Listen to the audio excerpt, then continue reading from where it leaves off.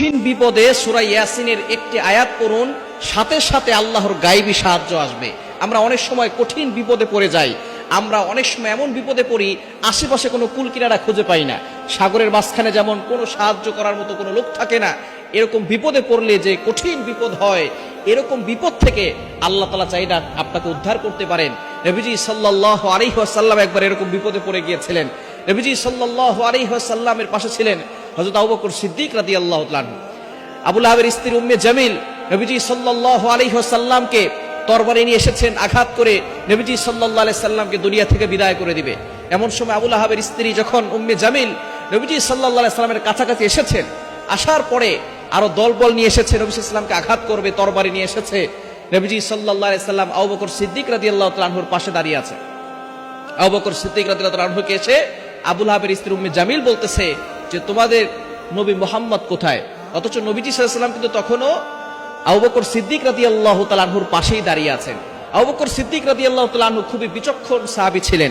তিনি মনে মনে চিন্তা করতেছেন, আমি তো নবীজিকে দেখতেছি, কিন্তু আবু লাহাবের স্ত্রী, নবীর দুশমন আবু লাহাবের স্ত্রী, সে তো আর আমার নবীকে দেখে না। সুতরাং মনে হয় এখানে আল্লাহ পাক রব্বুল আলামিন কোনো পর্দা দিয়ে রেখেছেন নবীজি সাল্লাল্লাহু আলাইহি ওয়াসাল্লামকে বাঁচানোর জন্য। সাথে সাথে আবু বকর সিদ্দিক রাদিয়াল্লাহু তাআলা আনহু বিচক্ষণতার সাথে বললেন আবু লাহাবের স্ত্রী উম্মে জামিলকে, নবীজি সাল্লাল্লাহু আলাইহি সাল্লাম কোথায় আছে তুমি বের করে নাও, তুমি খুঁজে নাও মুহাম্মদ সাল্লাল্লাহু আলাইহি সাল্লাম কোথায় আছে। আবু লাহাবের স্ত্রী অনেক খোঁজাখুঁজি করলো, কিন্তু কোথাও পেল না। কিন্তু সেখানে নবীজি সাল্লাল্লাহু আলাইহি সাল্লাম ছিলেন। আল্লাহ পাক রব্বুল আলামিন দুশমনের চোখের সামনে পর্দা ঢেলে দিয়েছেন, যার কারণে দুশমন আবু লাহাবের স্ত্রী উম্মে জামিল নবীজি সাল্লাল্লাহু আলাইহি ওয়াসাল্লামকে খুঁজে পান নাই এবং তাকে আঘাত করতে পারে নাই। আবু লাহাবের স্ত্রী উম্মে জামিল তিনি যখন চলে গেল, এমন সময় আবু বকর সিদ্দিক রাদিয়াল্লাহু তাআলা আনহু বললেন, নবীজির কাছে বললেন, ইয়া রাসূলুল্লাহ, ইয়া হাবিবাল্লাহ, এমন কি আমল করেছেন যে আমলের মাধ্যমে আল্লাহ পাক রব্বুল আলামিন আপনার মাঝেও দুশমনের মাঝে পর্দা ঢেলে দিয়েছেন? আমি আপনাকে দেখতে পাচ্ছি, কিন্তু দুশমন আপনাকে দেখতে পারে না। কি এমন আমল করেছেন একটু বলেন। নবীজি সাল্লাল্লাহু আলাইহি ওয়াসাল্লাম বলেছেন, আমি সূরা ইয়াসিনের 9 নম্বর আয়াত পড়েছি, ওয়াজআলনা মিন বাইনি আইদিহিম সাদ্দাও ওয়া মিন খালফিহিম সাদ্দা فأغشيناهم فهم لا يبصرون وجعلنا من بين أيديهم سدا ومن خلفهم سدا فأغشيناهم فهم لا يبصرون। এই দোয়াটা পবিত্র কোরআনুল কারীমের 22 নম্বর পারার 19 নম্বর পৃষ্ঠার 14-15 নম্বর লাইন, সূরা ইয়াসিনের 9 নম্বর আয়াত। নবীজি সাল্লাল্লাহু আলাইহি সাল্লাম বলেছেন, কঠিন বিপদে এই আয়াতের আমল করলে আল্লাহ পাক রব্বুল আলামিন তার মাঝে আর দুশমনের মাঝে একটা নূরের পর্দা ঢেলে দেন।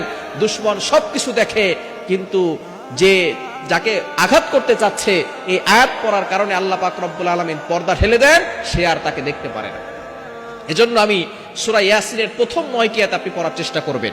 যখনই বিপদে পড়বেন, কঠিন বিপদ, দুশমন আপনাকে ঘেরাও করে ফেলেছে, কঠিন বিপদে পড়ে গেছেন, আপনাকে আঘাত করবে, আপনাকে শেষ করে ফেলবে, তখন আপনি সূরা ইয়াসিনের প্রথম 9টি আয়াত যদি পড়তে পারেন ভালো। যদি 9টি আয়াত না পারেন, শুধু 9 নম্বর আয়াতটি পড়বেন, ওয়াজআলনা মিন বাইনি আইদিহিম সাদ্দা ওয়া মিন খালফিহিম সাদ্দান ফাগশাইনাহুম ফাহুম লা ইবসিরুন। দেখবেন আল্লাহর পক্ষ থেকে একিনের সাথে আমল করলে অবশ্যই আল্লাহ তাআলা আপনাকে বিপদ আপদ থেকে হেফাজত করবেন। আল্লাহ তাআলা নূরের পর্দা ঢেলে দিয়ে আপনাকে গায়বী ভাবে সাহায্য করতে পারেন। যে আল্লাহ নবীজি সাল্লাল্লাহু আলাইহি সাল্লামকে বিপদ থেকে উদ্ধার করেছেন, সেই আল্লাহ এখনো আছেন। যে আল্লাহ ইব্রাহিম আলাইহিস সালামকে আগুন থেকে মুক্তি দিয়েছিলেন, যে আল্লাহ মূসা আলাইহিস সালামকে পানি থেকে মুক্তি দিয়েছিলেন, যে আল্লাহ ইউনূস আলাইহিস সালামকে মাছের পেট থেকে মুক্তি দিয়েছিলেন, সেই আল্লাহ এখনো আছে। আল্লাহর শক্তি এখনো আছে। ইয়াকিনের সাথে যদি আপনি কোরআনের আমল করেন, অবশ্যই আপনি কোরআনের মুজিজা অলৌকিকভাবে দেখতে পারবেন। আল্লাহ আপনাকে হেফাজত করবেন। আল্লাহ পাক রব্বুল আলামিন এই কোরআনটা মুমিনদের জন্য রহমত এবং সেবা স্বরূপ দিয়েছেন। আল্লাহ তাআলা নিজে বলে দিয়েছেন 15 নম্বর পারা 9 নম্বর পৃষ্ঠার 2 নম্বর লাইন, সূরা বনী ইসরাঈলের 82 নম্বর আয়াতে রব্বুল আলামিন বলেন, ওয়া নুনাজ্জিলু মিনাল কুরআনি মা হুয়া শিফাউন ওয়া রাহমাতুল লিল মুমিনিন। আমি আল্লাহ তাআলা মুমিনদের জন্য এই কোরআনটাকে রহমত স্বরূপ, শেফা স্বরূপ নাজিল করে দিয়েছি। এই কোরআনটা মুমিনদের জন্য হচ্ছে রহমত। এটা অলৌকিক ক্ষমতার কোরআন।